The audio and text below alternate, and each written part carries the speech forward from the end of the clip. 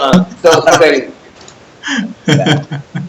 So we have a wonderful owner by the name of Chris Birch, who has given his undivided support and attention to helping us and supporting us and making Nihiwatu what it is. And certainly he's invested a lot of his own money in upgrading the facilities and the rooms and accommodation and the overall aspects of the infrastructure to the resort. So now that he has provided us that support the last couple of years, it's time for us to also stand on our own 2 feet and be self-sufficient on that side. And I think that's where the sustainability from the environmental, from the community projects and everything that we do on that side to the business side of things, where it really starts to begin to connect. And how do you maintain that balance between running a business and still being able to make these contributions to the community? And that's essentially what we achieved last year, and what we look forward to seeing the final results on this year, and what we hope to continue to see for years to come. Of course.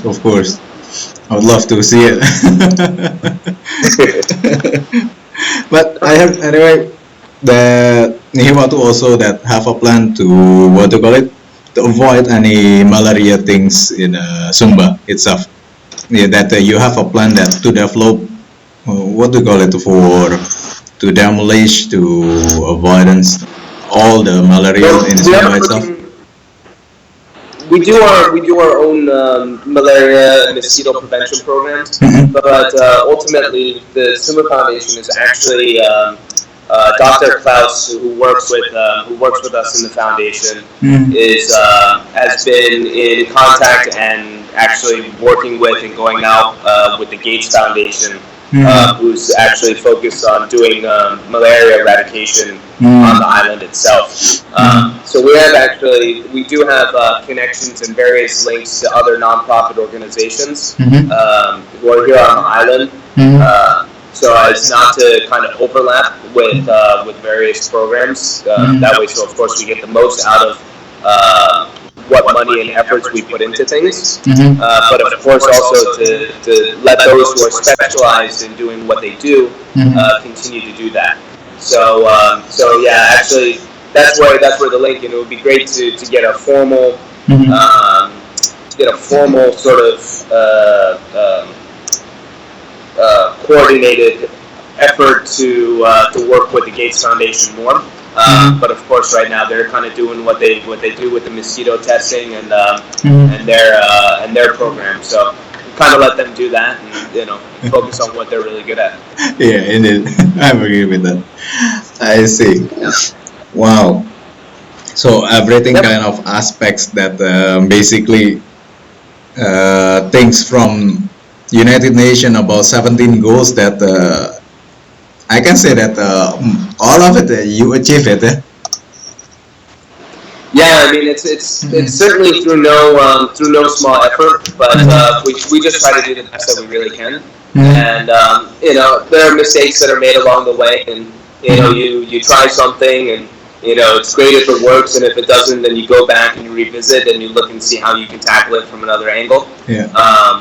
And that's really what we aim to do, both on the foundation as well as on the hotel side. So there are certain aspects of the culture that both have to be quite sensitive and very conscientious of. It's still a very raw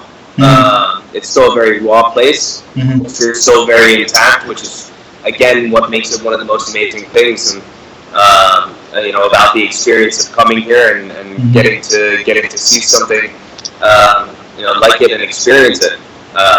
It's what made me fall in love with the island was the people. And I studied art in school. I was not a business management, hotel, hospitality student. I studied art and had plans to go get my master's in architecture.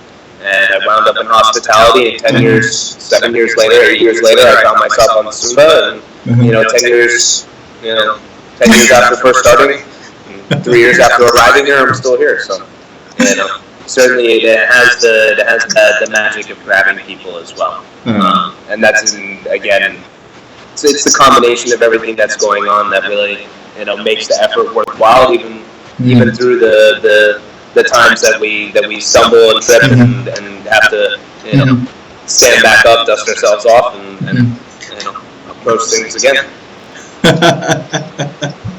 But the interesting is that you felt the two conditions, right? Before that, the cash flow is of profits, and then right now it's starting to get the profit. So you have the feeling, you have the connection for Nihiwatu or even for Sumba Foundation itself, to control, to manage every kind of local communities, and then also the business profits, also the foundation that have to carry on the communities, also the businesses, isn't it? The foundation and the resort kind of function two different ways when it comes to the business side. So the foundation is mostly from guest donations, and I'll be able to kind of get into that a little bit more, I guess, at a later stage when I've kind of dug more into the financials and have a better understanding of the sort of cash flow and the sort of turnaround process on that. With regards to the hotel, of course, our cash flow and being self-sufficient in what we do here really stems from, again, sustaining what we've had, maintaining the assets and the facilities here to an exceptional standard of what's been created, and doing it like-mindedly with minimizing the amount of wastage that happens around the resort. It's very easy to let things get out of control quite quickly. I'm sure anybody in business and asset management can certainly feel that burden as well. So it's very important that that control is kept and monitored and maintained, and really maintaining the assets and not looking at spending unnecessarily and knowing what projects are going to cost and what the benefits are going to be. Looking at an investment like reverse osmosis, for example, yes, it is a very expensive thing to invest in initially. However, in the long run, when you're not looking at running into having no water at the resort, having that impact your guests, the cost of trucking in water, the time, the environmental impact as well, the impact on the community. If water is scarce for us, it's even more scarce for other people who don't have the access to it. And when it's certainly in a low state of availability, or it's not available at all,